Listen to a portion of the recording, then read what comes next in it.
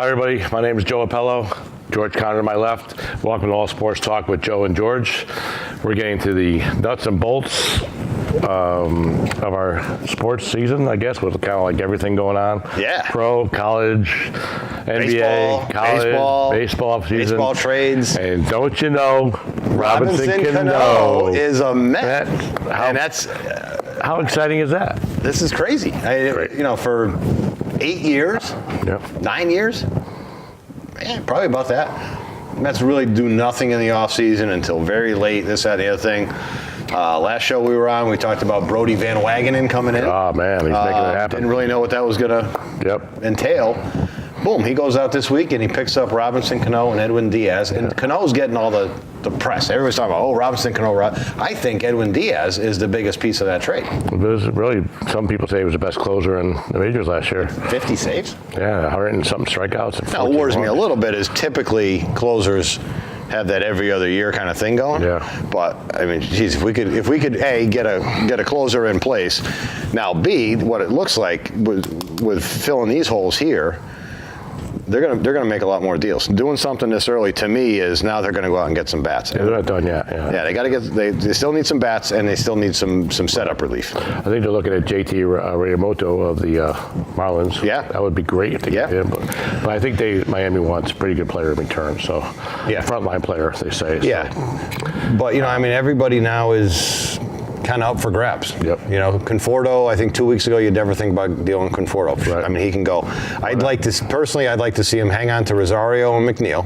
Yep. And I think everybody else is up. Brendan Nimmo is not going to be the face of the franchise. He can go somewhere. Wilmer Flores got non-tendered. Right. Which was kind of a cool story. A couple of years ago, he got traded during a game. Yeah. Was crying, in the dugout. Trade ends up falling through, and he kind of became a folk legend for the. Well, a lot of people don't realize is that some of these guys from the Dominican are signed when they're 15 or 16 years old. Sure. And that's all they know is whoever signs them. Yep. And it's almost like going to high school. Yeah. Most being brought up. Most teams will have a facility in the Dominican, and they take these kids in as high schoolers, middle schoolers, and you're right. I mean, that's the system they grew up in. Right. But so Flores is gone. I think, like I say, Nimmo, Conforto, possibly McNeil, Rosario. Brody did say in yesterday's press conference that he didn't flat out say Syndergaard's going to be here, but he kind of intimated that they're not going to deal Syndergaard, which is good. I don't know why you would deal him. I mean, to me, I don't understand that. You can't break up that pitching staff. That's all you've got right now. Yeah, so. and they don't need. Well, it's hard to say they don't need. Again, I think it all depends on Cespedes. I mean, if he's healthy and does what he does, with Cano batting third and Cespedes batting fourth, and who knows before and after, but I mean, that changes your whole lineup top to bottom. If I was a betting man, and I'm not, I would not bet that Cespedes is going to be back. That's it. I agree. Yeah, that's two heel surgeries, and you get what you get. Whatever that is. Yeah. The other thing too is with Cano. I mean, obviously he's 35. He's got 5 more years left, so he'll be 41 when he's done. It's interesting how the Mariners took up some of the salary. They took a lot of it. $120 million or something. Yeah. I mean, I still don't understand how that works. I'm confused on that. Where you sign somebody for $30 million a year, or whatever, and then you're going to pay half of it, even though he's not on your team anymore, to go somewhere else and play for somebody else. But didn't Texas do that with A-Rod when he came to New York? Yeah. It happens often. Yeah. Where I guess they just want to get rid of the guy, and we're going to pay half, but we're going to free up $100 million or whatever it's going to be. Yeah, I think it's some complicated semantics and economics that we don't understand, never know, and we'll never know. I think that's a big part of it, and it goes to the salary cap and the luxury tax and all this confusing stuff. And if you sign a guy that's already on your team, you have a lot more flexibility than somebody from the outside.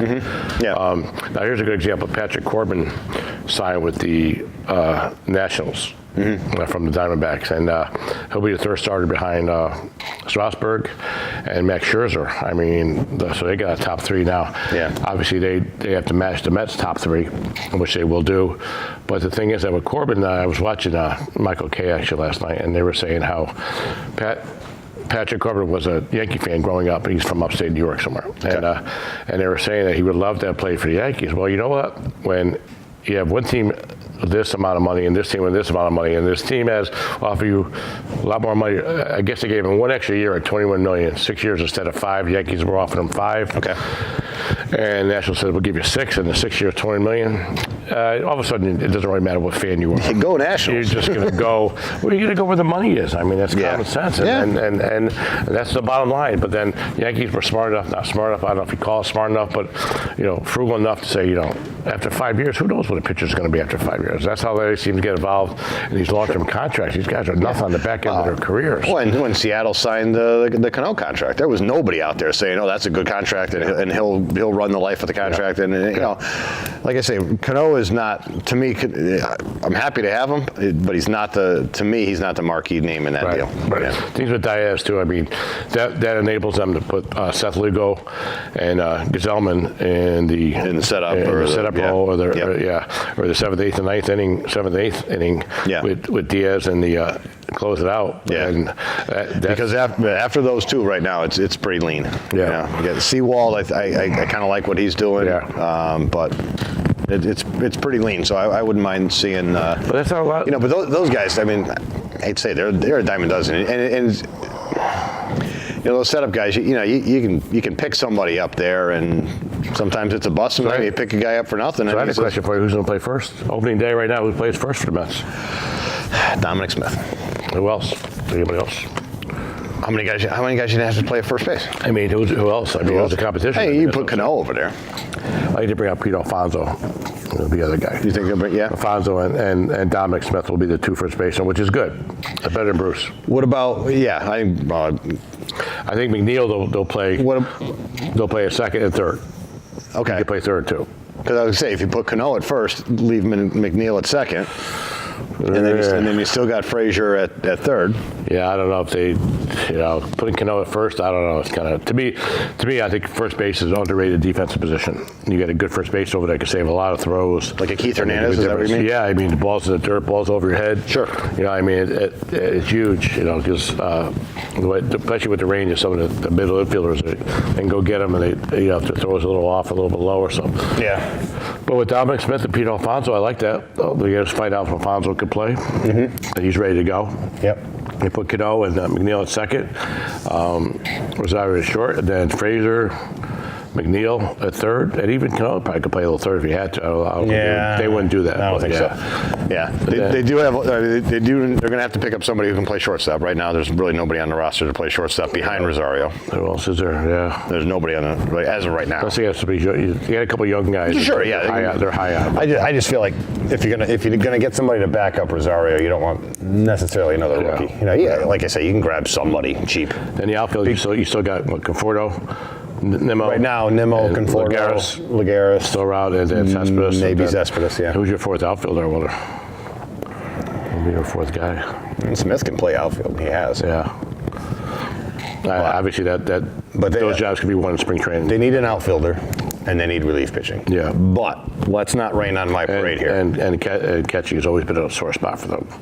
Yeah. And Denard's coming off Tommy John surgery. Who knows if he can throw to second base? He stunk before. I am not a fan of him. I think he stinks. I think Pawecki's average and Nito's average. They're just average. And they bet 210. And Mesoraco, I guess they cut him. I guess he's gone, right? Yeah. Mesoraco's gone. Yeah. But they're a lot better off than they were. Put it that way. Yeah. There's no question about that. And if I got a legit closer, which I haven't had. Familia was all right, but Familia would walk the base loaded and then strike out 3 guys, and then give up 2 hits and get a double play. And it was always if you looked at his line at the end of the year, that's pretty good. But always always in trouble. Me wanting to go to sleep because Mets are up 3 runs in the 9th inning. Well, here he comes in. Now I got to stay up for another 45 minutes. It was like Mariano. You come in there, bing, bing, boom, and then you go home. Now, as far as the Yankees goes, they signed Jim Paxton from Maryland, so he's legit number 3 or 4 starter. Mm-hmm. So they'll have they got Severino and they got Tanaka and they got him and they got CeCe back. How old is CeCe? 30. I want to say 36, 37, 38. Okay, so 38. A couple more years? I said 37, 38. Year or two? He's a 3-4, Pretty pliable, right? Yeah, I mean, he'll give you, he'll win 10 games for you, as a third or fourth starter, maybe fifth starter. But that's as much as a Cy Young winner. They strikeout, so. By the way, we because of the lapse in the this is not live TV thing, it is official. Yeah. Jacob deGrom won the Cy Young. Deservedly so, yeah. Which is good because the last show we taped, it was later that night. But I think he was. Have to go back and watch the archives. I think we basically told you that it was. I think we called it. We called it. Without a limb on that one. So that's the baseball take. Now the other thing is too is G. Segura went to the Phillies in a trade, so they get him at shortstop. Yeah, so the Phillies have gotten better. Nationals have gotten better. I think the Phillies are gonna give a real big shot to Bryce Harper. I think he might go there. Yep.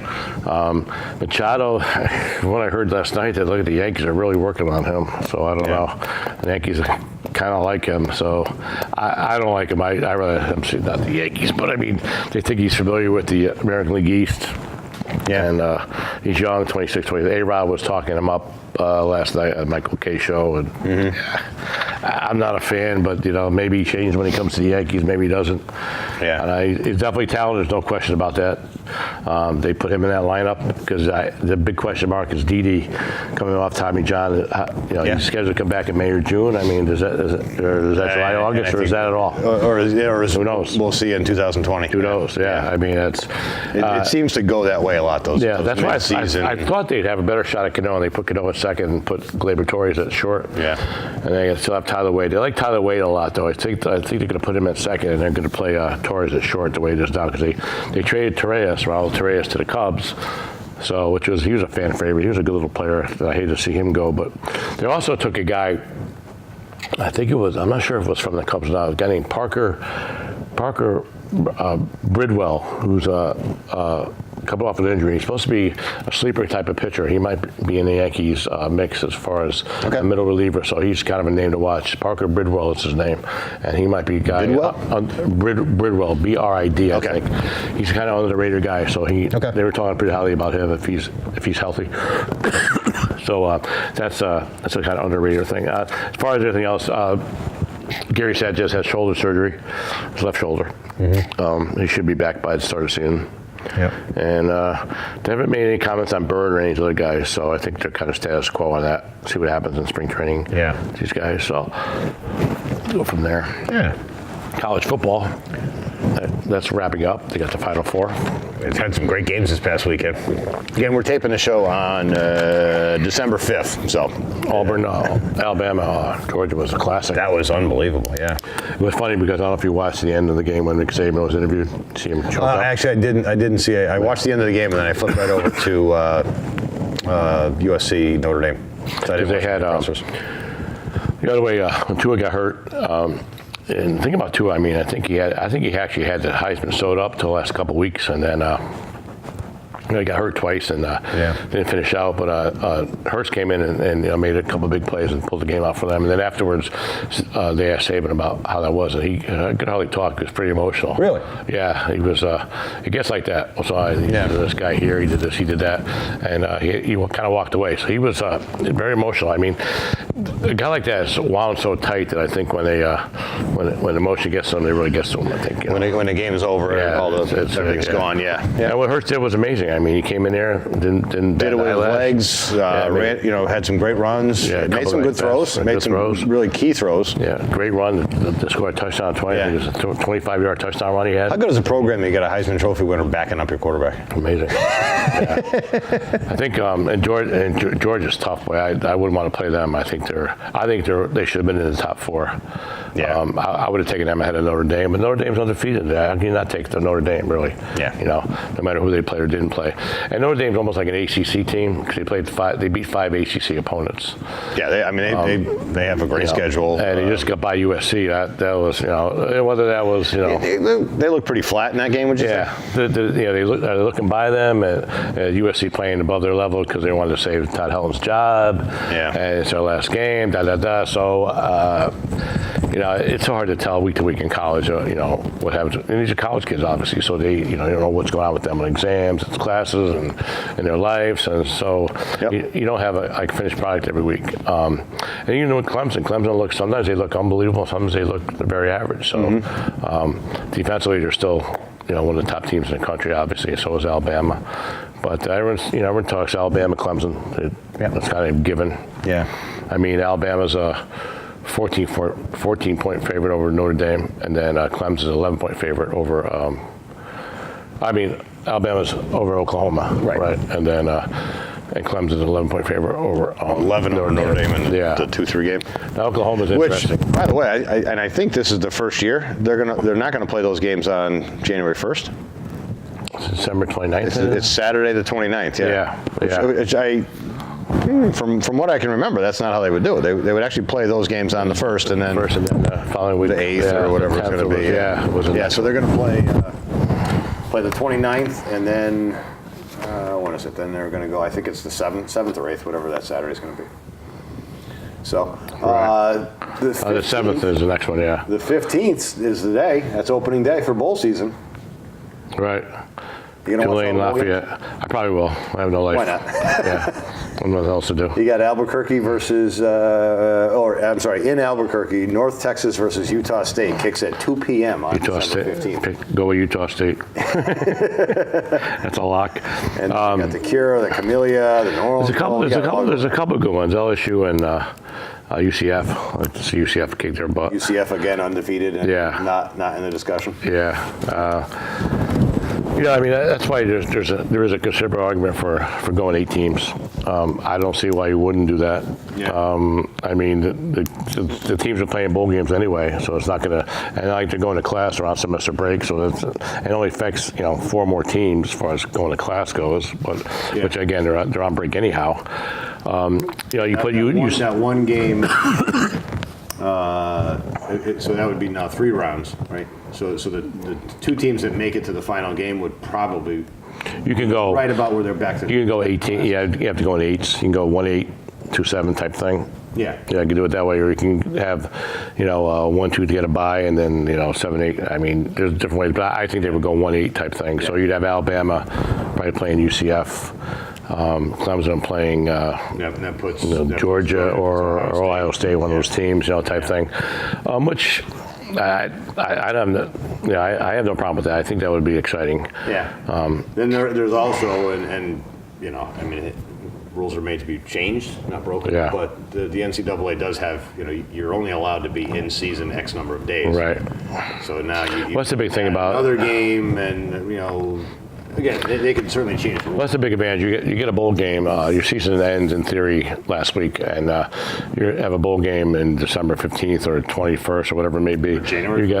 You've got 3 weeks of practice and extra time, and obviously you go somewhere. When you go to a bowl game, you get all kinds of perks. You get you might get jerseys and gifts and things like that. Yeah, so you're not flying in Thursday night for a Saturday. Which is a nice thing. I mean that's what it's all about. I mean, then the question becomes, how motivated is a team to be in the bowl? Mm-hmm. Are they disappointed? Are they excited? Do they have? Are they looking to see who's going to quarterback next year, who's playing next year? Are guys looking to showcase for the NFL draft? I mean, all those things come into play. Or are guys afraid to go 100% in the bowl game because they're already projected first or second round pick? Yeah, they set that trend a couple years ago, and a couple guys sat out. Christian McCaffrey sat out. Yep. Ed Oliver is not going to play. He's a projected top 5 pick from the Houston Cougars. He's not playing their bowl game. Houston, by the way, and we talked about this briefly before the show, Houston is playing Army in the Armed Forces Bowl. Yeah. A lot of these bowl games, whatever, but I was disappointed that Army didn't get a better. How do you feel about a guy like Ed Oliver not playing in their bowl game? What do you think about that? Well, it's supposed to be a team sport. So no, I feel. I mean, they're saying you might get hurt, and some guys are saying, well, it's a business decision. Well, you know what? And it is. It is. But I mean, then there's the other side of the coin. It's a business decision. Plus, it doesn't matter how you play in that game because your draft is already kind of predetermined because they already know what you can do or can't do, whether you have a good game or a great game. Now, for me, being an old school kind of guy, it's your team. It's your, you've been with them for 2-3 years, sometimes 4 years. Finish it out, with your team. That's the way I see it. But again, it's an economic decision. Yeah. You go in there and tear an ACL, and then you lose all that money. And the name escapes me because it's going back way too far. About 14, 15 years ago, there's a guy out of Miami. A running back. He was definitely going to be a first-round pick. Tore his ACL in a bowl game. Ended up going to the Bills. Never had. Remember Jalen Smith in Notre Dame? Tore his ACL. I don't know. Was that a bowl game or that was? Yeah. Might have been the last game of the year or something. Then he got drafted by the Cowboys. Out a whole year rehabbed, and now he's one of the better linebackers in the NFL. But you can hurt yourself doing anything really in theory, and hopefully. It wouldn't happen in a game that you tear someone that bad and have a severe injury. But then again, you can respect both sides of the argument. Yeah. No matter how you look at the argument. And again, you're talking about in a lot of these cases, a kid who grew up, without a whole lot of means, this, that, and the other thing. And he's looking at, hey, being a millionaire. In 4 months, I'm going to be a What's one more game? What's one more game with these guys? Mom's going to get a house, this and that, so. So you can really understand the economic part of it. I mean, you really can't blame him. I mean, Javon Clowney did the same thing when he was South Carolina. He was one of the first guys that did that. Yep. He didn't play in his bowl game. Yeah. McCaffrey, and there was a couple other guys that have done that.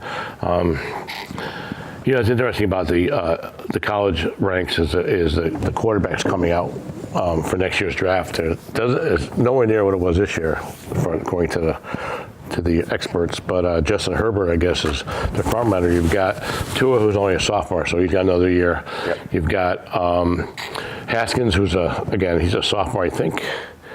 He might be draft eligible this year because I think he had a redshirt year, so he might be draft eligible. Mm-hmm. Then you've got Kyler Murray, who's not eligible for a draft, but he's also a pro baseball player already. So I think he's going to stay baseball. He's small. They list him at 5'10", and some guy said he's maybe 5'8", 5'9". So I mean, he's just too small. As the average career is in the major league, still longer. Drew Brees, some of these other guys, Russell Wilson, they're 5'10". They're legit 5'10" though. Yeah. They're not a maybe 5'10". Staying on their tippy toes. Different, But then again, there's other argument that the game of pro football has changed for the fact that it goes to a more mobile quarterback that can create situations and create his lanes. So does that play out? I mean, Murray can't throw the ball; he can sling it. So I think he goes baseball, though. I mean, I think he's kind of committed to that. Yeah, I think that's the way to go. And I think he wins a Heisman. Okay. You heard it right here. First prediction of the show. Yeah, he wins the Heisman. Haskins goes 2 and Tua goes 3. I think that's what happens. Okay. The way Haskins and Kyler Murray have played the last 3 weeks with stat-wise, I mean, they're throwing 400 or 500 yards a game, these guys. Yeah. And they just vaulted themselves into the top of that. Those 3 guys are going to the Heisman Awards. It's this Saturday. They invited to New York. Those 3 guys: Haskins, Tua, and Kyler Murray. Now, I think the thing about Tua, it kind of hurt them because Alabama was so good. He didn't play in the fourth quarter of a lot of games. Yep. So his stats don't look as good as these other guys. And then like you said, getting hurt, really banged up. I mean, he's got 324 going to the fourth quarter, and he sits. Yeah. Whereas Haskins, these other guys, and Murray, especially Murray with the way Oklahoma plays defense or doesn't play defense, he's got to play it all the way to the end, and he can get his 500 yards. So how does the committee weigh that? Do they weigh that? Do they care? Are they pure stats? That's the question, I think, you have to answer. Yeah. I mean, and then you say, who's more essential to their team as far as winning? I mean, if Kyler Murray wasn't on Oklahoma, would they be 4-6 maybe? But Tua wasn't quarterback in Alabama. With Hurts or somebody else, they'd still be 10-2. They'd still be Alabama. Yeah, they'd still be Alabama. And then you got Haskins. Ohio State always has a couple of good quarterbacks too. So. I mean, and I don't think you ever get the answer on that. Is it an MVP award? No, it's an individual award, but there's emotion there, and there's whatever else. And you get these voters, and what are the voters looking at? Sometimes you get some of these, So I don't think it's a pure stats versus or a pure MVP. It's just kind of it's out there, and you just kind of wait and see what happens. Right. Now, keep in mind, if you look at all the Heisman Trophy winners, most of them aren't very successful in the pros. Pros, you're true. There's an awful lot of them that are flops. You're right. Especially recently, you've got RG3, right? Yeah. You got Manziel. Yep. You've got Baker. Obviously, is yet to be determined, but he's doing well so far. Yeah. Who else is after that? I mean, those are. I can't remember the last couple were. Top of my head. But and then obviously you have guys. Well, Derrick Henry was, but he's all right. Vinny Testaverde, Hall of Fame careers. Mark Ingram. Yeah, some of those guys. You want that slide? Vinny Testaverde was Heisman Trophy winner, Hall of Fame career in the NFL. He was all right. He had a good season. Yeah. 1999 Jets. Oh, fantastic. Not football injury. Making that handoff, boom. Let's go to the Jets. Blowing that 19-3 lead against the Titans. Unbelievable. Okay, that's enough about the Jets. Yeah. Darnold actually practiced today. Yeah, so he should be back. After a month out, it looks like he's probably going to mop up the rest of the season, which I think is good. Give him a little bit of experience. What do you think of Bowles? Do you want to keep him? Or? No, Bowles has to go. Okay, who do you place him with? Okay, I think you need to get rid of everybody. Because they're going to have to hire somebody. Hey, how you doing? Get rid of them all. Get them out of here. Huh? Get out of here. Go get some spaghetti, huh? If you've got a front office that's going to let Bowles continue to coach the way he's coached and then have these press conferences. The press conference after blowing a 19-3 lead to a lousy team was he sat there deadpan as can be and he says, "I'm mad, can you tell?" Yeah. No emotion, no nothing. They got to get rid of everybody because, Mike McCarthy's available. Yeah. Is Mike McCarthy going to come to an organization like this? No. No. So, you got to mix the whole thing up. Yeah. Yeah, Bowles be like, "Oh, you won the lottery." "Oh, good." Yeah. Maybe we'll get Urban Meyer. I think he goes to the Cleveland Browns. Really? Yeah. Okay. Yeah. So not only do you think he's going to coach again, which he said he probably isn't going to. Yeah. Well, I think the major issue there is the tumor or the brain thing he has, something with his brain. Migraines. Yeah. No, I think obviously if a doctor says you're done, he's done. Yeah. But if the doctor says, well, you can coach, manage it. Now, I think the pros is a lot less stressful than a college because of the recruiting end of it. Yep. You just go and do your thing and you let other people do their thing. And you're an administrator. You're more of a CEO, right. As opposed to, when you watch any college coach on the sideline, I mean, they're not Tom Landry. Right. They're running up and down the field doing all kinds of stuff. And you got your OC, your DC. Yeah, you've got other guys that are sharing responsibility. I don't think that's, I think that's something that I think that would be a challenge for him. I mean, he's kind of been successful. I think he's, his record at Ohio State is the last, what's he been there, 6, 7, 8, 9 years? He's 81-9 or something like that, or 82-9, something like that. I mean, phenomenal. Yeah. He's obviously a good coach, and maybe it's time to just step away. Yeah, I think he's gonna step away, let it ride out, and then I think that he gets the itch again. I don't think those guys ever lose the itch. Les Miles just got hired at Kansas. He's 65. Yeah. Mac Brown just got hired at North Carolina, was it? No, wait. Not East Carolina. No, he just got hired. He just got hired somewhere. He just got hired. He's 67, I think he is. Yeah. You got the guy Bill Snyder at Kansas State. He's about 98. Coughlin was 72 or something by the time he finished. He was over 70, I think. Was he? I don't know. Yeah. Yeah, but I mean, it's. John Gruden's 60-something, isn't he? 60, early 60s, I think. Yeah. He's got a 10-year deal. USFL guy. He'd be coaching a wheelchair. 10 years of that. Being in the league a little bit longer than normal. How in the world does Mark Sanchez have a job? And we don't. I can throw the ball as good as Sanchez, I'll tell you. I know I can read the defense better than he reads it. It's unbelievable. It's unbelievable. The guy is awful. Awful. He's like an old penny. He is. He wasn't even a starter in college. I don't even know if he started high school, to be honest with you. And and that being said, he had 2 fantastic years. System quarterback there, Rexy Ryan. He ended off the Damian Tomlinson 30. Yeah, exactly right. Good defense but he resurfaces with the Phillies, which I was talking to you earlier this afternoon.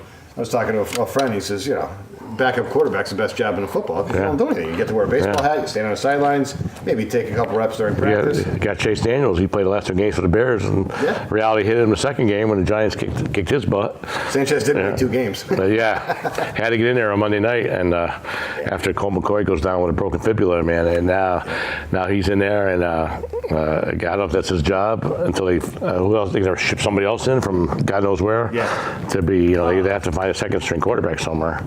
The starter before who got our from quarterback? Alex Smith. Yeah. I heard this the other day. I think it was 33 years to the day. Right. When Joe Theismann went down. Yeah, Joe Theismann. That was something. Remember that? God, it was just like a twig being broken in half. Yeah, and they only showed it at the 47,000. That was amazing. Back when there was barely cable. Yeah, that was amazing. I was living in Northern Virginia when that happened. I was in college. And George Michael, remember George Michael's Sports Machine? Yeah. Okay, so Sunday night, for you older folks out there, you might remember that. Well, he was the local news guy for the NBC affiliate in D.C. They formed a human chain from Joe's hospital bed through the city out in Arlington to the radio show. Wow. It was borderline. Speaking of James Madison, okay. George Mason, not James Madison. Oh, okay. Whoa. Oh, James Madison, the head coach went somewhere, didn't he? Oh, okay. I thought you went to George Mason. I went to George Mason. Oh, I was thinking James Madison. We'll never. Madison. Whoa, hey, easy. Tomato, Easy. Okay, yeah, James Madison, head coach, he's got a job somewhere in college. George Mason never had football, never will. That was basically one of the reasons that they switched conference to go to the A10, because the ECUs and Madisons and stuff like that were really trying to push football, which I thought was ridiculous, because there's 4 or 5 conferences that are legit college programs. Other than that, Right. So that's what you went to George Mason. How good is that conference going to be for football? So right. Mason and a bunch of other tems did go up to the A10. I think the A10 is like the A27. So as far as college quarterbacks goes, I mean, there's Herbert. There's I don't know who would. Go back to college. Yeah. Well, let's just we'll wrap that up. We got the college bowl games coming up, 15, like you said. Yeah. Got like about, how many games are there? Like about 20, 25 college bowl games? My favorite title, I'm torn. My favorite name for bowl game is either the Cheez-It Bowl or the Tax Slayer Bowl. There's a quick lane one, the First Responder Bowl. I think that's kind of cool. Dollar General. I like either the Cheez-It or the Tax Slayer. Yeah, I think that's my favorite one. The Belk Bowl. The Belk Bowl. Belk, B-E-L-K.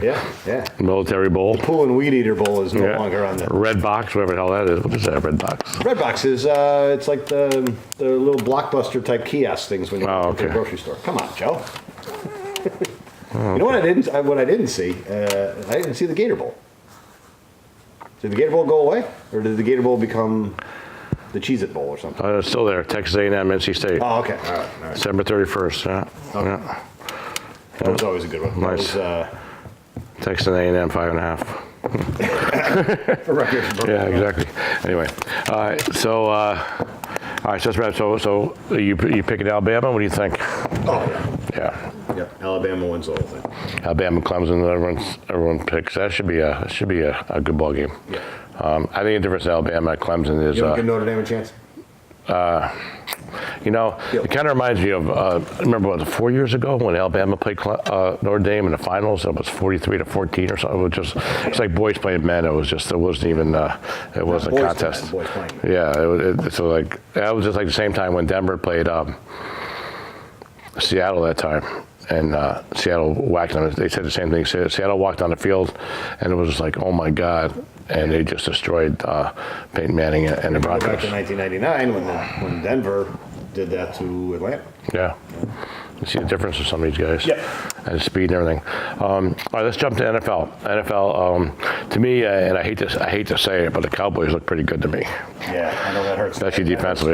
Yeah, that's a tough one. I mean, I'm not a big Cowboy fan, but I mean, defensively, they really come full circle. Their linebackers are very good. They get a lot of defensive linemen and the back end defensive backfielder. It's Anthony Brown. And they got the kid from UConn back there, and they look very good defensively. And if Dak Prescott can throw the ball downfield a little bit, they got Amari Cooper, they got Zeke. Yeah, they got some weapons for him, sure. I think that team wins the NFC East. I think they beat the Eagles this week. Coming up, Eagles look like I don't know. Something's missing with them. I don't know what it is. That division stinks. Yeah, I don't know what's missing with the Eagles, but they just don't have that. Yeah. Whether it's the Super Bowl hangover type thing or obviously injury. Everyone has injuries, but I mean, they just look they look pedestrian to me. They just look average to me. And then last year they had the Giants. Giants lost a lot of close games, though. I mean, and they've been playing pretty well, a lot better lately. But they lost Landon Collins out for the year, left shoulder surgery, so he's out. It hurts them in the back end. Yep. But Beckham is playing well, and Eli's he gets some time. He can if they can get him some time. Give him time, and then Barkley is Barkley. Barkley's a phenomenal player. 2 in a row at home. Yeah, I mean, took care of the Bears. I mean, the Bears. That was a shocker. Yeah, the Bears are pretty. You see how the way the Bears came back? They were down by 10 points 2 minutes ago. Yeah. That's like kicking. Beckham kind of shied away from it, and they recovered it. First they kicked the field goal, I guess, and they scored a touchdown. Yep. I don't know if they scored a touchdown. The option pass was back in the end zone. But anyway, well, that was a heck of a ball game. Yep. And then the Cowboys whacked the Saints last week. I was told on something. It was a Thursday night game. It was. The Saints come in there to win 10 in a row. They do it from clunker. They're in Dallas. Dallas wanted it. Dallas needed it.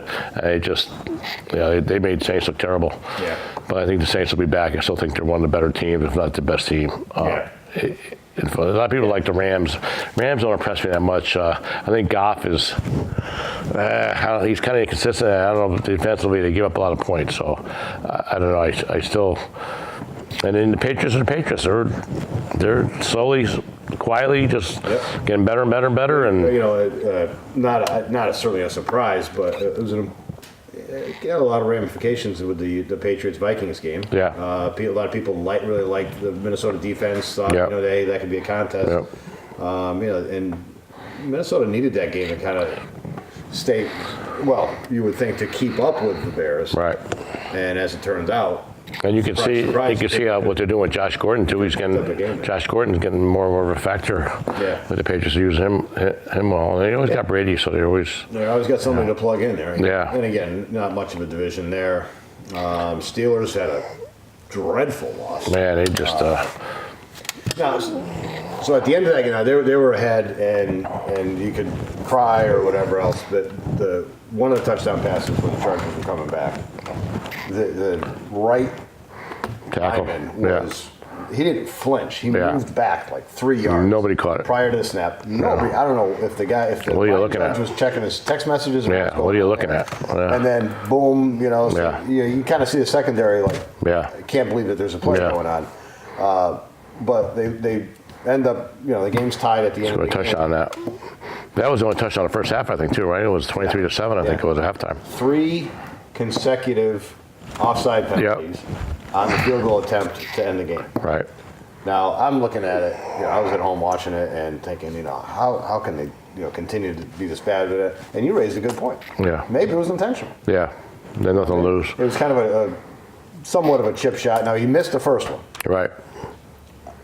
You could argue that because the guy was off, right, coming from the right side, right, that the kicker pulled it, right, just out of instinct, right, because he got this guy. So 5 yards closer, and they go second kick. The one that he makes, the third one, the guy was so far offside, he dove across it. And still missed too soon. Yeah, he was past the ball. Could have caught it. The ball went behind him. Yeah.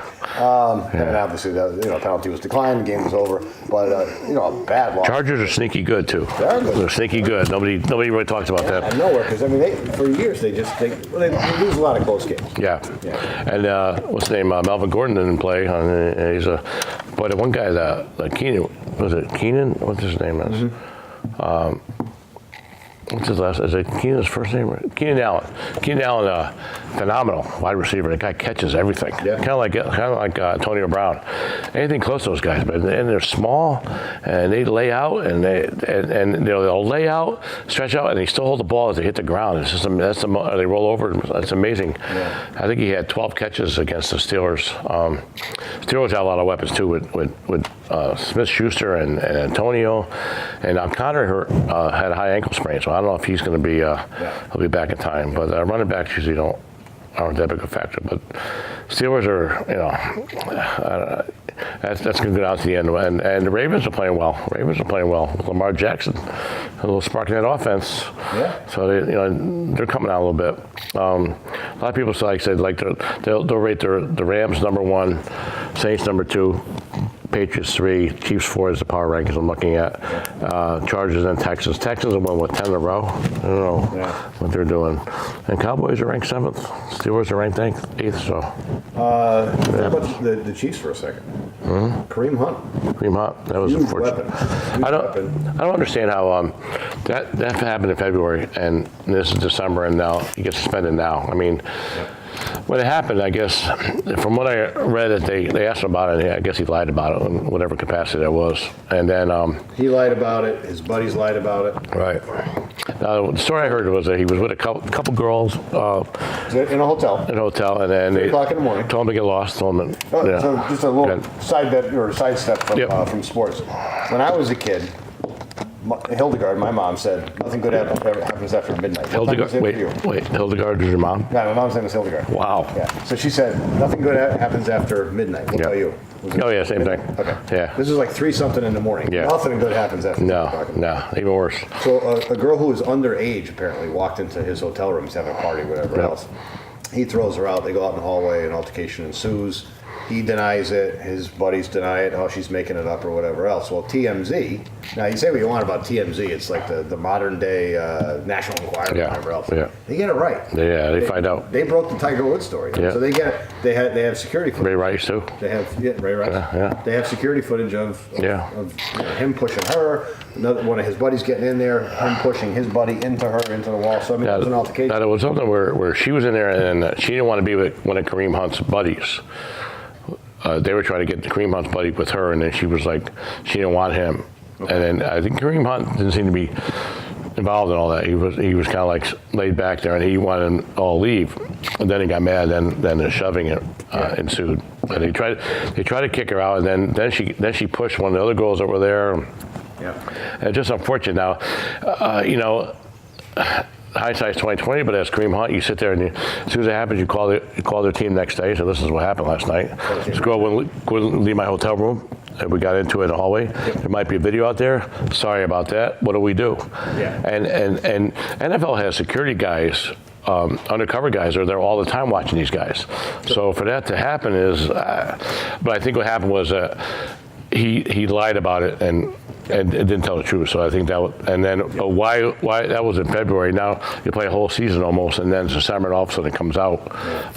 That's what I didn't understand. Yeah, I guess it took that long for TMZ to produce. Probably. Prior to that, it's just he said, she said, and it's Kareem Hunt and 5 of his buddies versus one under. Yeah, and then you get all these guys coming out. Oh, no man should ever put his hands on a woman. That was obviously 100% true. But the thing is that it probably happens more than we know.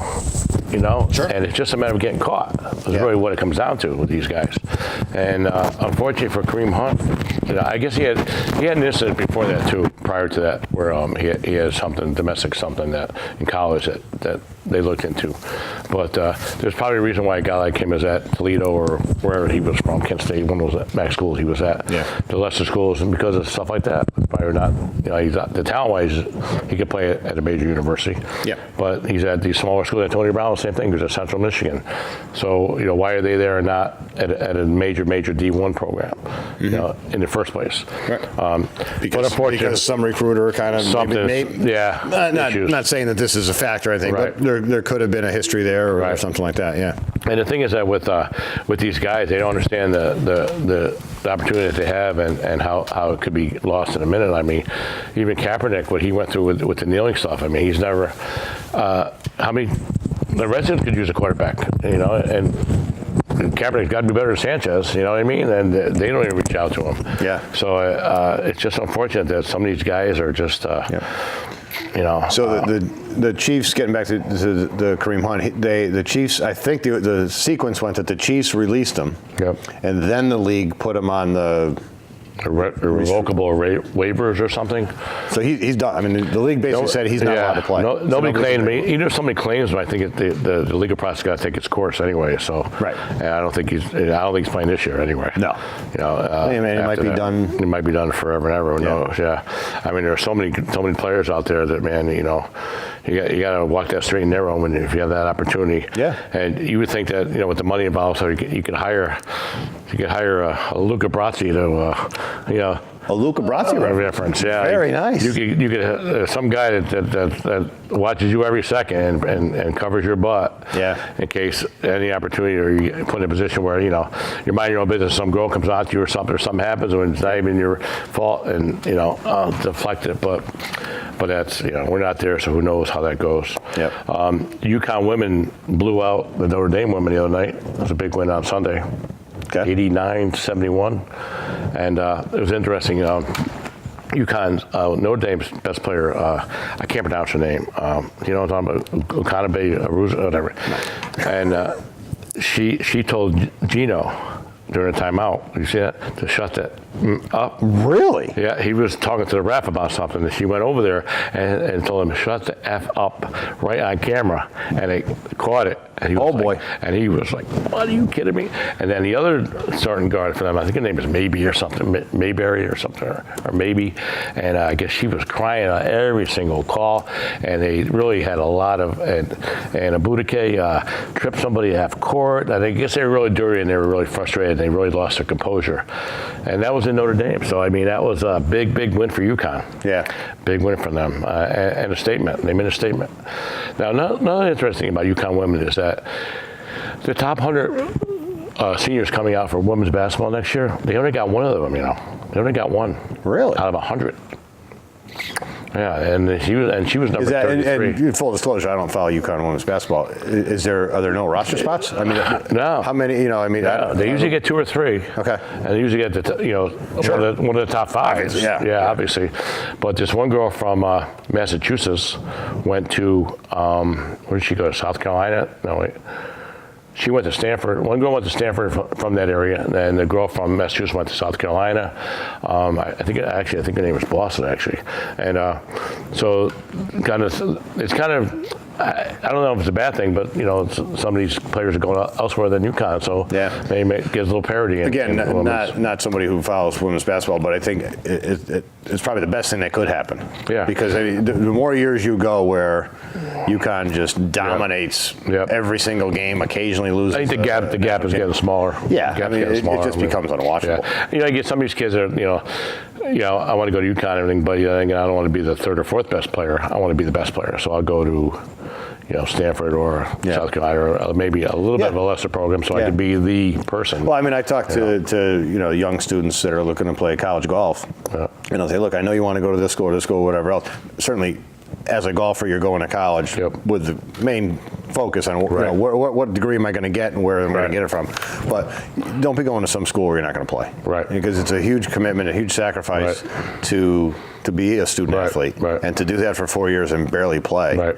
And be second fiddle to some great recruit from somewhere else. Right. It's just not the way to go. You want to play. I mean, that's the bottom line. Yeah. And then if your skill set and your improvement takes you to the next level, then it does. But I mean, if this kind of happens for the next few years, and say 2-3 years down the road, there's at the start of the season, there's 10 or 12 teams that you look at and say, okay, any of these teams can win. Now I think it's interesting. Right now, the way it's been the past few years, it just isn't. UConn does something. They go to the hometown, a homecoming, if you will, to some of their players' old high school area, and they play the college is near where the girl has gone to high school. So they went to St. Louis Billikens last night, I think it was, and one of the kids, I think Fisa Collins, went down there. Her number was retired at the local high school near there. And so it's kind of neat. They go back and they beat the Billikens by, it was 79-29 at one point. So will they kind of run through their seniors that year and say, okay, you're from Columbus, Ohio? Yeah, they get to a point where hopefully by this senior year they get to have a game against a school near where as close as they can to the high school, so they can honor them. So it's kind of like a get back thing. It's kind of a neat thing. If obviously you find someone that can enough to play them and the schedule works and all that kind of stuff. So they've done that to all their kids since. For a long time, it's like you kind of tradition. I like that. That's a nice little tradition. It's pretty good. If you can do it. Like I said, what else we can talk about? One thing we were talking about the NFL. I want to go back to the NFL for a little bit. The Green Bay Packers, all of a sudden, not all of a sudden, they've had a miserable year, but I mean, it's been high drama this week. So they put up a stinker Sunday. Get beat they lose to the Cardinals at home. At home, where they're undefeated before that. Yeah, undefeated, but a lousy record. So Mike McCarthy's been there for 8-9 years. No, more than that, 13, I think. Is it 13? Yeah. Won a Super Bowl. Yep. I don't think there's any surprise or any secret that he and Aaron Rodgers are not seeing eye to eye. Yeah. They had an offensive coach got fired today. He tweeted yesterday, I think it was, or the day before, basically saying that number 12's got to take some responsibility here. Right. And I always looked at Aaron Rodgers as doesn't seem to get in any trouble. Puts up great numbers all the time. Generally have good teams. They go to the playoffs more often than not. Some stuff's starting to come out now. He's maybe not the team guy that. Well, you've got any kind of guy like Rodgers. These guys are alpha males where their ego is there and they're gifted. Now with Rodgers, I harken back to, remember he had Jordy Nelson. Yep. And I don't think they end up cutting him, and he's on the Raiders. Why cut the guy? That's Rodgers' best friend on the team. Yep. What best does friend that? And a great target. Yeah, and maybe he's not the player he used to be, which happens to all those guys, but. That doesn't help your situation. So you have him, you have Randall Cobb, you have Devontae Adams. You've got 3 good receivers there, and then you get those younger guys and fill them in here and there. Like what the Saints did a couple weeks ago. Brees threw 4 touchdown passes to 4 different guys. They're all new guys. You never heard of them. And it's been that way. It's always been that way. And that's the way to do it. I don't do it anymore, but when I was doing fantasy football, which I never got all that into, you'd always want to take a guy from the Saints because they put up great numbers. Yeah. You could never take a guy from the Saints because one week he'd have 8 passes for 160 yards and 2 touchdowns. The next week, you didn't even see the guy because they had 5 or 6 guys and they just circled him and circled him in. The big thing I took away from the Packers is that they just thought that McCarthy was stale. They just thought it was the same old thing. Same offense, the same old results. Yeah, Bowles still has a job. That's what? But Bowles still has a job. Yeah. I mean, if you think McCarthy's stale, how does probably because they don't have Aaron Rodgers as a quarterback. I think that's the biggest thing. I think the thing is they're saying, okay, Rodgers got 3 good years left. He's 32, I guess. Yeah. So you're saying to yourself, okay, he's got 3 good years left. We got to do something now before Now is the time. Before it gets too late, and then. So I mean, again, traditionally a powerhouse ever since Aaron Rodgers took over for Brett Favre. 4-7-1. I think it's fine. I find it interesting where everyone's 0-6 on the road. Exactly, and they were undefeated at home before that. Everyone wants to fire these guys right away. I mean. Yeah, in a perfect world, you just fire somebody, bring somebody else. But I always say, even in I work for somebody, you work for yourself, is if you fire somebody, who replaces them? Right. All right, you can fire somebody, fire all people you want, but the person that you get coming in there, are they better than what you had? Yeah. A lot of times, no. Well, in the case of the New York Jets, I'm going to go ahead and say and I don't know who that is. Well, yeah, I mean, Bowles is just. What do you want to do now? You want to maybe coach an NFL team? Yeah. I mean, Bowles is just. At least the press conferences would be more entertaining. The thing is, he's not likable. No. You get a guy as head coach. He's likable, and like Rex Ryan. He was not, but he was likable. Rex Ryan. He was likable. You got to go out on me. Rex Ryan. I used to talk to my sister about that.